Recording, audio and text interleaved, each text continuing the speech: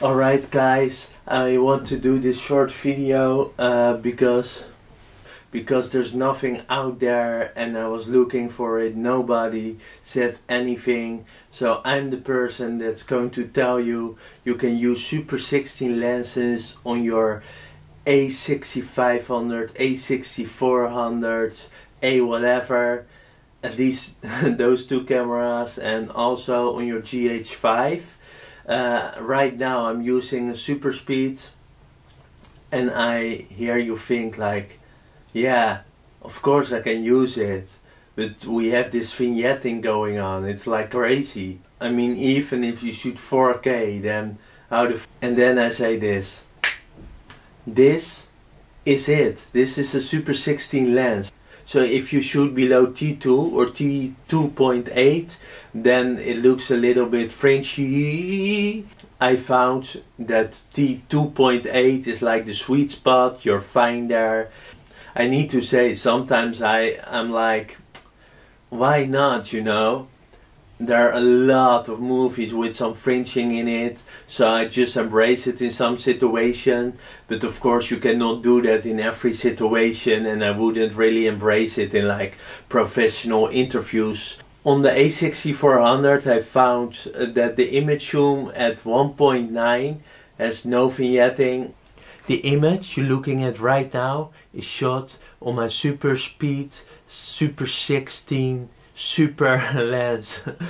It's at T3.6 I guess, because it's between 2.8 and 4. So yeah, this is the look and stuff. I really like these lenses, and some say, oh yeah, you lose the look if you go at 2.8, you need to be on 1.2. I disagree with that, but that's up to you. There's just not much information about this, that you can still use Super 16 lenses on these cameras. I know there was a petition where people wanted the Super 16 mode on the Blackmagic Pocket 4K camera. As far as I know, we didn't get it, and that sucks. But the A6400, and I guess also the A6500, and I know for sure the GH5, they work with Super 16 lenses, so that's great. That are cameras you want to use if you have a bunch of Super 16 lenses.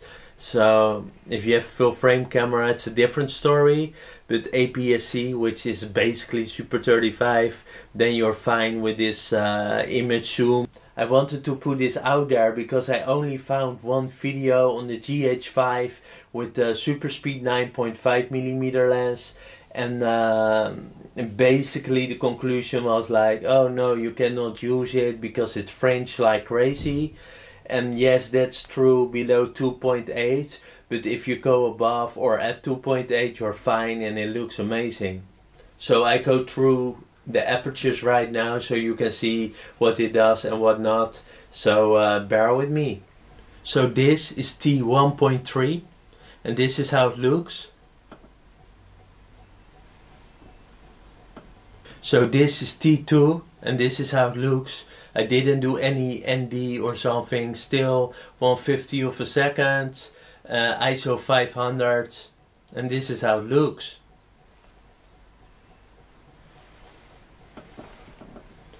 It's depending on how big your screen is you show it on. If you show it on a YouTube video, you get away with like maybe all the apertures depending on the situation, but if you go cinema, stay above T2.8 I guess, and maybe you can pull off T2.0 like this. So this is T2.8. I like this look the most. Everything after this, it looks like great. Of course you lose your bokeh, you lose that, but apart from that, I think this looks great. And it's a wide lens, I don't want too much bokeh monster. I hope this video helped you guys a little bit, and so you know you can use Super 16 lenses on modern APS-C cameras and like on Micro Four Thirds. So that's good to know, and do your benefit with it.